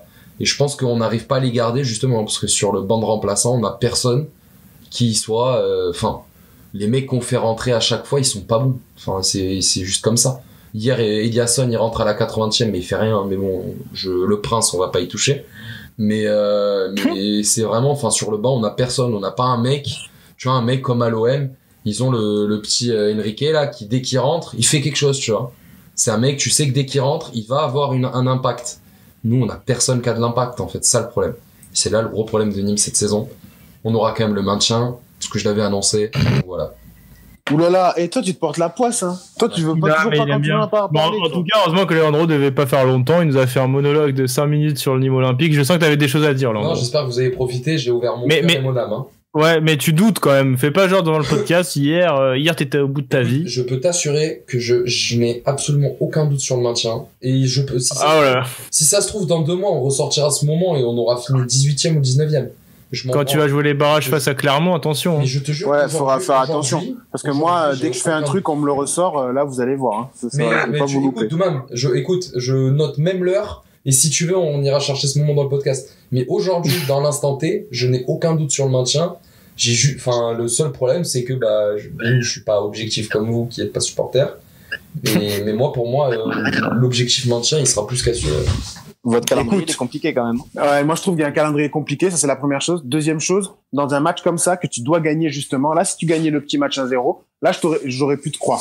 Là je trouve que plus on avance, t'es quand même t'es pas dans la meilleure position. Ils ont les jambes qui tremblent. Bien sûr qu'ils ont les jambes qui tremblent. Tout le monde commence à avoir les jambes qui tremblent, que ce soit en haut, que ce soit dans l'Europe et que ce soit derrière. Et là on voit maintenant que mentalement Nîmes c'est compliqué. Là normalement tu dois le gagner le match. Pourquoi tu le gagnes pas? Parce que t'es pas bien. Parce que dans la tête t'es pas bien. Donc là à mon avis ils ont de la chance, c'est que ça avance pas non plus à côté, que Lorient avance pas, que Nantes avance pas non plus. Ils ont quand même cette chance-là, c'est que derrière, en fait, ils ont des ils crament des jokers à chaque fois, mais parce que les autres à côté font pas le taf. Donc en soi, t'as toujours un statu quo en fait. Et tu vois, le calendrier de Nantes, là, il est pas facile, mais je pense qu'il va être un peu plus jouable. Ils vont à Strasbourg, donc ils risquent de se faire laminer. Il y a Lorient la semaine prochaine qui reçoit Bordeaux. Non mais je parle sérieux, ils risquent de se faire laminer à Strasbourg. Strasbourg à la maison, en plus, en ayant été arraché un nul à 10-11, je peux t'assurer que la semaine prochaine, ils vont prendre Nantes et ils vont en faire qu'une pâtée, on verra. Ça se trouve, je me trompe. Pareil, Lorient, ils reçoivent Bordeaux, donc tu vois, c'est deux équipes sur qui, pour nous, le match nul, c'est parfait, tu vois. Même si la semaine prochaine à Lens, je compte pas sur une victoire de Nîmes, loin de là. Mais si on arrive mais ça commence à faire beaucoup, là. Ouais, mais en fait, les calendriers, là, sur la fin de saison, pareil, Lorient après qui va recevoir un Angers. Oui, Lyon et Rennes pour vous 37-38e, attention. Ça veut rien dire. Rennes. Mais même Bordeaux, s'ils perdent leurs 3 prochains matchs, ils vont devoir jouer le maintien. Ils sont nuls. Hein. Mais on se retape. Moi, je pense vraiment que vous avez pas un calendrier facile, Leandro. Hein. Ouais, en fait, je pense qu'à la 37e journée. Mais moi, je pense qu'il n'y a pas du tout un calendrier facile. Hein. Et Bordeaux aussi, ils vont se battre aussi pour la relégation. Hein. Moi, je vous le dis. Pour moi, 37e journée, si on verra. Hein. Si ça se trouve, on n'aura plus rien. Enfin, il y aura plus rien à jouer. Lyon, ils auront juste à maintenir une 3e place, un truc comme ça. Donc, certes, on compte pas de points là-bas malgré tout. Mais par contre, le match à Rennes, ils auront clairement plus rien à jouer. Rennes est un club ami, donc on va s'arranger. Non, mais vraiment, le match contre Metz, à chaque fois qu'on joue à Metz, on s'en sort bien. Donc je pense que pareil, on pourra peut-être aller chercher un point. Mais ça va se grappiller. On va finir 17e, 18e, 16e. Mais ça va se jouer à rien. Moi, le club pour qui aujourd'hui j'ai vraiment peur, c'est Bordeaux. Parce que Bordeaux, c'est une chute libre depuis plus de 3 mois et que ça va pas s'arranger. Ça s'arrange pas en interne. Les joueurs ne s'entendent plus. Et il y a, dans l'effectif de Bordeaux en ce moment, il y a 7 clans. Donc tu peux pas vouloir avancer avec 7 clans, frère. C'est impossible. On va pouvoir faire la transition. Maxime l'a bien vu que ça pouvait pas avancer. Monaco, facilement imposé 3-0. Pas eu beaucoup d'inquiétude, Maxime. Hein. Maxime ne veut pas parler de Monaco, visiblement. Ne veut pas parler de Monaco. Mais si, je suis là, putain, vous m'entendez pas? Si, t'inquiète, c'est bon. Allez, vas-y, parle de Monaco, je t'en prie. On va parler de Tchouaméni, hein. Tchouaméni trop fort. Il a encore fait un gros match. Hein. Je crois que vas-y, Doumam, avec sa passe D là. Avec de la latence. Comble la connexion de Maxime. Ouais, je suis assez impressionné par Monaco quand même. Hein. Franchement, là, ils se retrouvent à 3 points de tout. Ils peuvent même, au final, prétendre à jouer le titre. Et ils sont sur une dynamique. C'est la meilleure équipe en 2021. Ils prennent tous les points possibles quasiment. Kovac fait rentrer tout le monde. J'ai même vu que là, il redonne du temps de jeu à Gelson Martins. Que j'avais pas oublié qu'il il fait un sacré match en plus, la vache. Et là en plus il a fait un sacré match, il rentre, il marque, ça veut dire que vraiment il y a une concurrence qui est assez saine dans le groupe. On avait même vu ces derniers temps Ben Yedder qui était sur le banc, etc. Donc Kovac est en train de faire un boulot vraiment, moi je m'attendais pas à ce qu'il fasse un travail comme ça à Monaco, moi je vais être honnête. C'est un gros nom et tout, mais je pensais pas. Là ça se voit que ça bosse à l'entraînement. Franchement, tout le monde est impliqué. C'est le meilleur qui joue et personne bronche. Donc franchement, je suis assez impressionné par Monaco, vraiment. Et on va voir, hein, mais va falloir compter sur eux jusqu'au bout. Hein. Et Tchouaméni, moi, m'impressionne de plus en plus. Le mec, à chaque fois que je le vois, il progresse, quoi. Donc c'est assez. Et voilà, Kevin Volland aussi, vraiment très très fort. Et Jovetic et Sofiane Diop. Donc voilà, quoi. Je veux dire, il y a tellement de qualité dans cette équipe. Il y a tellement de qualité, ça joue bien au foot, ça embête tout le monde, ça a embêté Paris, ça embête toutes les équipes, et ça peut aller jusqu'au bout. Hein. Et imagine, ils gagnent tout jusqu'à la fin. Ils seront où là à la fin? Donc franchement, Monaco, vraiment. Alors, c'est que même s'ils gagnent tout, ils sont dépendants des écarts en haut. Voilà, c'est ça. Hein. Monaco n'a pas son avenir en. Ouais, la connexion, j'espère qu'elle va rester. Mais non, mais Monaco a son avenir dans les mains, entre guillemets, parce que certes, s'il gagne tout, ça fait 15 points. Mais si Lille fait de même, ben, Monaco aura toujours 2 points de retard. Ça va pas changer. Je sais pas si Lille va faire pareil. Vu les dernières prestations, je suis pas sûr. Je tiens juste à rappeler que dans ce podcast ici, vous étiez tous en train de dire Lille champion. Oui, mais toujours, ils ont encore 2 points d'avance sur Monaco et 1 sur le PSG. À 5 journées de la fin, d'un point de vue comptable, c'est eux qui ont de l'avance. Oui. Après, si on regarde sur les derniers matchs, si le championnat il n'y a pas encore 5 journées mais 10, là je te dis Monaco. Parce que Monaco marque 3 buts par match et n'en prend pas. Ah bah oui. Ça déroule et c'est un rouleau compresseur. Jamais, même si Monaco la marque à la demi-heure de jeu, t'as pas senti de doute de pas marquer en début de match. Puis en face, à côté, pour avoir des doutes face à Bordeaux. On dirait un mini Bayern dans la façon dont il joue. J'en avais déjà parlé dans un podcast avant. Et là, j'ai l'impression que vraiment, il est en train d'appliquer ce qu'il faisait au Bayern. Il est en train de le faire ici à Monaco.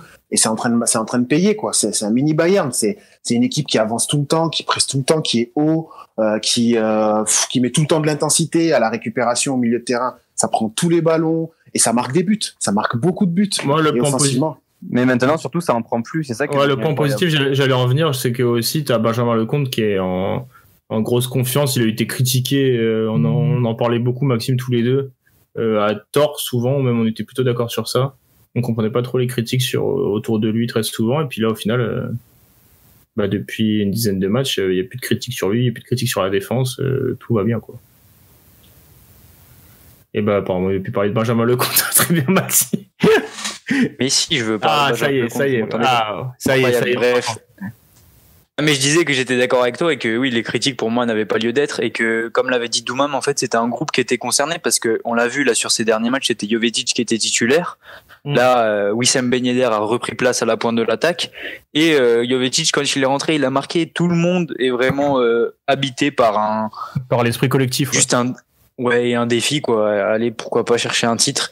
Et il y aura un match qui sera décisif pour Lille, donc on l'a dit dimanche prochain face à Lyon, mais Monaco jouera aussi face à Lyon du coup pour la journée 35, donc ce sera en coupe dès mercredi. Donc double confrontation face à Lyon, mais c'est sûr que Monaco continue d'impressionner et puis pourquoi pas, quoi. Ils s'arrêtent pas, quoi. Ils s'arrêtent pas, les mecs. On va pouvoir enchaîner sur vite fait, rapidement, sur ce Lyon-Nantes. pas trouvé qu'il y avait grand chose à dire. Je sais pas qui l'a vu ici, mais il n'y avait pas grand chose à dire. Après, en mi-temps, largement en faveur des Lyonnais, 2 buts de Depay qui nous sort quand même une saison en sortie de ligament croisé exceptionnelle. Hein. Faut quand même le souligner. Bon, hier, il m'a encore un penalty, mais d'un point de vue statistique, c'est quand même énorme, même l'emprise qu'il a sur son équipe. Sachant qu'il a quand même eu un transfert avorté au Barça, etc. Il s'est quand même remis dedans. Justement, en championnat, c'est 18 buts, 9 passes D. C'est quand même fou. Et hier, il profite sur l'ouverture du score d'un caviar de Paqueta, bien aidé par un Castelletto qui était complètement absent hier. Et ensuite, deuxième but, passe de Paqueta encore, Toko Ekambi fauché par la fond, penalty de Depay. À la mi-temps, on se dit que c'est facile, que Lyon va dérouler, que même Slimani ou Paqueta pourraient participer à la fête. Et finalement, non, Lyon se fait peur. Là, c'était un peu le Lyon de la Lyon version Genesio ou Lyon de l'année dernière qui aimait bien se faire peur là contre les clubs un peu plus petits, du moins en termes de classement. Faut dire que Nantes en 20 minutes ils tentent 7 frappes. La première cadrée elle arrive à la 52e et puis après il y a Palois qui relance un peu tout le monde sur un corner 2-1 et puis là Lyon pétrifié, Lyon y arrive plus. Garcia sort de Paris aussi, c'était un peu incompréhensible, c'est ton leader offensif et ton capitaine et il sort et lui fait la gueule aussi, on le voit, même si c'est son pote Aouar qui rentre. C'est un peu bizarre aussi cette période et puis Lyon a réussi à tenir malgré tout. Même si Lyon était bousculé, il faut quand même le dire, il y a Fabio qui sort une tête, je crois, sur le corner sur la ligne. Donc Lyon aurait pu se mettre à l'abri, mais au final, tu gagnes que 2-1, tu te fais quand même un peu peur jusqu'au bout. Lyon maintient le rythme, mais Lyon, faut faire attention, quoi. Je sais pas qui l'a vu, Doumam, Maxime, je sais pas qui a un peu vu le match. Peut-être Leandro, mais je crois pas. Non, moi j'ai un peu vu. À Lyon, c'est pas. C'est quand même vachement inconstant. C'est les moins impressionnants des 4. Ouais, ouais, c'est les moins impressionnants des 4. Je les trouve inconstants, moi, dans le jeu. Je les trouve qui se reposent trop sur les individualités. Mais c'était pas le cas avant. À un moment donné, ils étaient bons dans le jeu, justement, et qu'ils arrivaient à créer des vraies différences. Ils sont champions d'automne, ils vont avoir le même palmarès que le Marseille de Bielsa, Lucas. Ça doit te faire plaisir. Bravo. Ça ressemble à... ouais, non, mais attends, je te rappelle, je pense qu'à l'époque, t'étais content du titre de champion d'automne, toi aussi. T'as vibré pour ce trophée. Ouais, mais moi c'est une super saison, moi je la regrette pas, mais Lyon par contre je pense qu'ils vont avoir un peu plus de regrets parce que autant nous... Moi je me rappelle juste encore quand ils sont premiers à la 20e journée, Marcelo qui dit on regarde pas derrière, on regarde devant mais il y a personne devant, ça commençait déjà à penser à la place Bellecour enflammée de fumigène là au mois de mai, et là ça risque d'être compliqué là. Bah ouais, mais après nous on s'est fait voler par les arbitres sur les 10 dernières journées. Rudy Garcia il a pas se plaindre de ça, je suis désolé. Non mais s'il te plaît. C'est vrai. Après on enterre Lyon, les gens disent pas que c'est vrai. Je ne parle jamais d'arbitrage dans ce podcast quand même, vous vous rendez compte? Je le dis, c'est la seule fois où vous m'entendrez parler. Bielsa s'est fait voler pendant 10 journées sur 10 dernières. Ouais, mais donc c'est ça qui vous a fait perdre le titre, vous étiez déjà plus premier à cette époque-là, je te rappelle. Hein. Bah contre Lyon si on les tape ou que si on fait ce qui est censé être logique, que le ballon a franchi la ligne, donc il y a but pour nous à la 93e, nous repassons premier. Ouais, c'est la première. C'est après ça a lancé là après ça a lancé un truc incontrôlable, une spirale négative pour le club, pour les Marseillais qui avançaient plus quand même depuis quelques. Mais par contre, tu compares à la saison 2014-2015 de Bielsa, mais en fait la saison de l'OL de cette année me fait surtout penser à celle justement de Rudy Garcia avec l'OM en 2017-2018, bon sans le parcours en Coupe d'Europe, mais c'est-à-dire un bilan très correct. Ça sent le bilan très correct. Il y a des performances, des résultats. Ils ont 3 gros mois, moi, en fait. Là, ça jouait bien. On en parlait sur le tournoi dans ce podcast que toutes les équipes avaient peur d'aller à Lyon et de pas jouer contre le PSG. Et en fait, la trêve hivernale leur a fait beaucoup de mal. De toute façon, Garcia disait on n'avait même pas envie de s'arrêter parce que l'équipe tournait tellement bien. Et au final, ça leur a vraiment fait un coup. Même c'est toujours le problème de Rudy Garcia, c'est la gestion de ses troupes.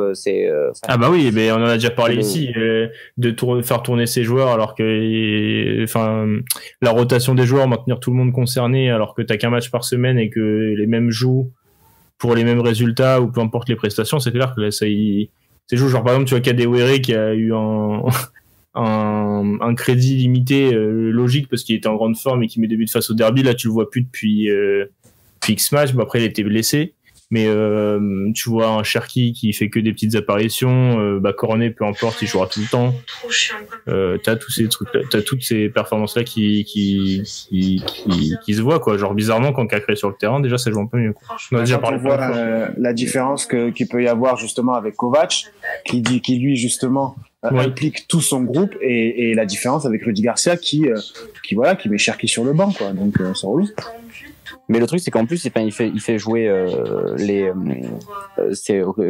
insiste sur ses cadres, mais en plus, comme tu as pris l'exemple de la sortie de Depay, elle est parfaite. Des fois, il y a des choix en plus qui sont vraiment bizarres. Mais surtout que t'as 2 ans, t'es pas à l'abri. Franchement, il a 57 ans, Rudy Garcia. Mais Carato Colcambi joue tout le match, c'est quand même. Il fait les mêmes erreurs depuis des années, et après, c'est toujours pareil. Il est en froid avec plein de joueurs parmi les clubs dans lesquels ils sont passés. C'est incroyable. Il y a des choix qui sont incompréhensibles.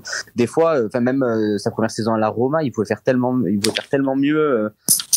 Il y a des fois sur des passages où pendant un mois, on sait pas ce qui se passe, alors que après, je pense qu'il recolle ce qu'il a fait à Lille. À Lille, à l'époque, je me rappelle, l'équipe tournait pas. C'était son équipe, tu pouvais de la ressortir semaine après semaine, tu vois.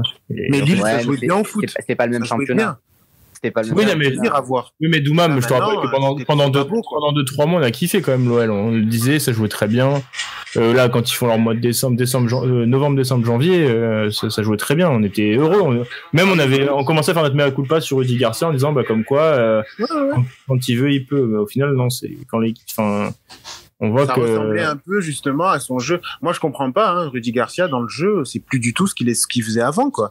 Et on avait un Lille qui était flamboyant, ça jouait trop bien au football. C'est vrai qu'il y avait Eden Hazard, ça aide. Mais à Lyon, il a pas dépeindre non plus. Hein. Oui, mais on retrouve plus ça. Et c'est vrai que je comprends pas. C'est vrai que c'est assez incroyable. Et comme le disait Lucas tout à l'heure, il refait les mêmes erreurs d'année en année. Le mec ne se remet pas en question. De toute façon, on le voit quand il dit que c'est pas de sa faute et que c'est toujours la faute des joueurs la majeure partie du temps, ou là qu'il attaque. Déjà, il a changé de discours. À Marseille, c'était l'arbitre très souvent. Oui, voilà. C'est jamais sa faute, quoi. Ouais, non, mais même pour finir, t'as même dans la gestion des joueurs, enfin, on l'a déjà dit, Gouiri qui perce alors qu'à Lyon, il jouait pas du tout. T'as Jean-Lucas, bon, je le spoil, il est dans l'équipe type, mais qui fait son 3 à Brest alors qu'il a finalement jamais eu sa chance en Ligue 1.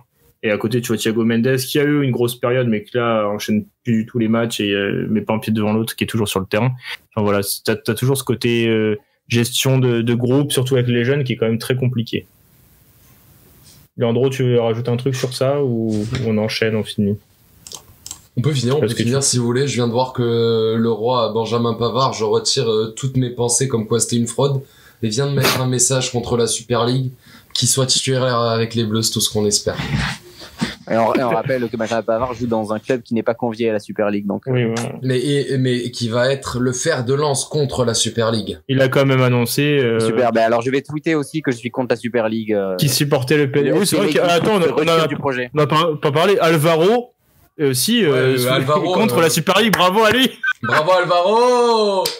C'est sûr qu'on n'invitera pas l'OM. Vas-y Julien, tu peux enchaîner si tu veux. Merci Leandro, en tout cas ça fait plaisir. Et pendant ce temps-là, Maxime a muté son micro parce qu'il a déjà vu les déclats d'Oleg Petrov, qui se mouille pas lui. Alors pour le coup, il a juste dit on est concentré sur la fin de saison et puis on verra. Ouais, il a raison, on va viser le titre. Après avoir roulé sur la Ligue 1, on va rouler sur la Super League. Oh là. Attends, ton discours est très différent de l'avant-podcast. Ouais, non, de l'avant-podcast, c'était pas ça. Je sens que... Non. Je vous l'ai dit, au final, tout le monde est en train de parler, mais d'ici 3-4 mois, tout le monde sera là à regarder. Le discours de façade de Maxime est honteeux. Je suis très déçu. Il a raison. Peut-être qu'ils pourront se battre avec Arsenal pour les dernières places. C'est toujours bien. Va en Ligue 2, toi. Alors, avant de passer à Kiki, je tiens à dire que j'espère un barrage Clermont-Nîmes. Ah, je l'espère aussi, parce que... Ça serait beau, ça serait magnifique. Max, je sais pas si t'as entendu, mais Julien, il a dit que s'il y avait un barrage Clermont-Nîmes, il nous payait l'hôtel, le voyage, la place pour le match, le tout payé par Medine. Leandro, je te rappelle qu'il y a le Covid, donc il n'y a pas de place, ni de déplacement interrégion, malheureusement. Ouais, moi, j'irai au stade des Costières voir Clermont-Nîmes. Moi, j'irai au Gabriel Montpied.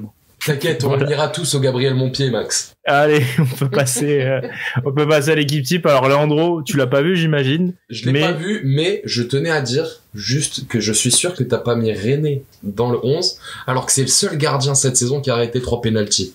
Bref, je m'arrête là. Je tiens à dire juste qu'il n'y a pas de Nîmois dans l'équipe type cette semaine. Comme d'hab. La fraude continue. D'accord. Et le boycott, là, c'est plus une fraude, c'est un boycott. Là. Alors, on commence dans les cages. Boycotter comme la Super League. Franchement, sache que dans tous les joueurs là, j'en ai pas noté beaucoup, donc j'ai même pas fait les joueurs que j'ai vus, tu vois. Alors, il faut que je m'en prenne à gardien, Homelin, là tu t'en prends un max. Ouais. Beau gosse.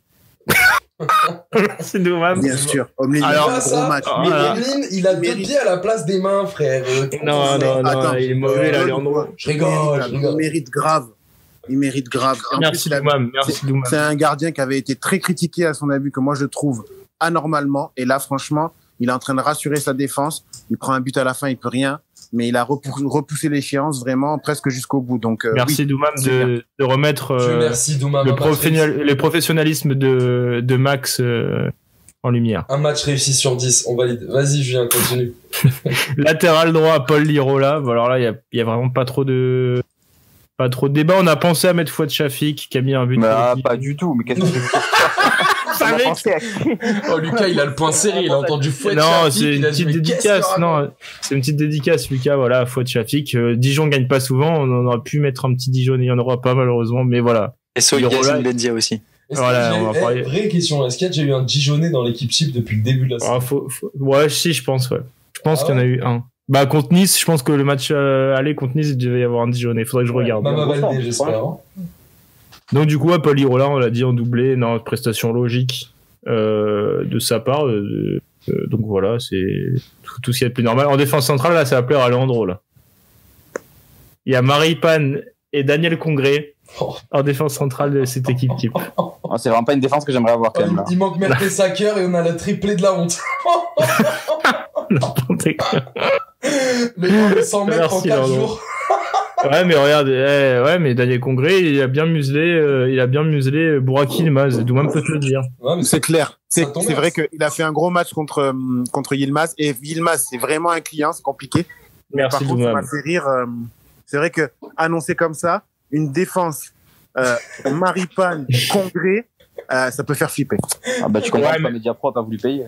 Après, je vous annonce, l'équipe est très belle. Hein. Maxime, toi tu l'as vu, l'équipe est très belle après. Oh, Lucas, il me régale, faut que tu c'est sympa, ouais, après. Ouais, après, latéral gauche, lui, c'est un habitué, c'est Caio Henrique. Ça change pas. Ça va. Ouais. Ça change pas des masses. Quel joueur. Après, au milieu de terrain, pareil, il y a un habitué, c'est Aurélien Tchouaméni, il a sa place quasi à chaque fois.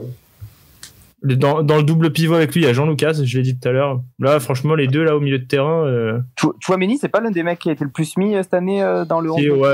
Si, faut que je le compte. Ouais. En première partie de saison, il y a eu Romain Perrault qui avait fait pas mal aussi à gauche. Ah ouais. Mais Perrault, il en a fait 3 ou 4 là. Tchouaméni, ça fait au moins 5 ou 6 semaines. Il y a Tchouaméni et Paqueta, et à chaque fois qu'il joue, limite, c'est dedans. Tchouaméni, il est trop fort. Mais Gay aussi, c'est pas mal, hein, Gay, de l'OM. Ouais, c'est encore jeune, ça doit progresser, mais c'est pas, enfin, pour 0€, c'est très bien. Et du coup, avec Jean Lucas, je l'ai dit tout à l'heure, pour le coup, même si Brest est un peu en difficulté, il s'éclate quand même pas mal à Brest. Il joue, il a du temps de jeu, il a des responsabilités. Là, il met un corner rentrant, enfin quasiment, parce que là, je crois qu'ils l'ont compté à Cahuzac ou je sais pas quoi. Je crois que c'est à Cahuzac que la Ligue l'a compté. Mais en tout cas, il fait un gros match. Bon, il prend un carton rouge à la fin.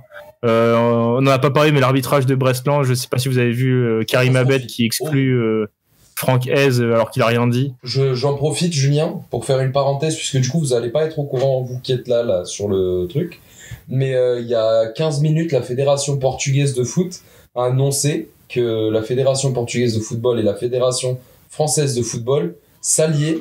Et donc, normalement, peut-être à partir de la saison prochaine, on pourrait avoir des arbitres français qui iraient arbitrer au Portugal. Clément Turpin va aller arbitrer un Porto Benfica, tu crois vraiment? Oh, voilà, on va rigoler. Alors les gars, non, mais parce que, attends, t'as raison de faire cette parenthèse. Au Portugal, parce qu'au Portugal, l'arbitrage, c'est quand même le plus gros débat après un match, c'est l'arbitrage avant les notes et tout. Hein. Ben, le truc, c'est que là, du coup, on pourra insulter des arbitres en Liga et en Ligue 1. Ça, c'est magnifique. Non, mais pour le coup, si c'est vraiment mis en place, ça va être vraiment marrant parce que les oreilles français vont pas être prêts à Non, mais ça, Vont pas être ça a prêts été là. officialisé, Julien. C'est Ah un ouais vrai communiqué de la Pas FPF. vu ça. Oui, je l'ai vu là, il y a un quart d'heure, donc c'est sorti. Mais donc du coup, ouais, je pense que les arbitres français sont pas prêts à la pression et aux critiques qu'il y aura. Quand ils vont voir qu'à la fin des matchs, on analyse chaque action, on donne une note à l'arbitre à la télé et que tout le monde peut y participer, mais ils vont serrer leur crâne. Hein. Alors à Bate, je l'attends. Hein. Enfin voilà, mais du coup, on va enchaîner quand même. Donc ouais, Jean-Lucas s'est pris un carton rouge, allez, quand même difficile, mais bon. Ça engage à rien sur son match. Enfin voilà, c'est comme fait un gros match. Et du coup, on attaque 4 attaquants, on s'inquiète de 3-1. On trouve Jérémy Doku côté droit, on n'en parle pas, mais il commence enfin à répondre aux attentes et aux gros chèques mis par Rennes. Maxime, je crois que tu as vu un peu le match et tu suis un peu Rennes de toute façon, Angers aussi.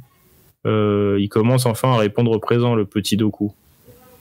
Bah ouais, là ça va mieux, hein. Ça va bien mieux. Hein.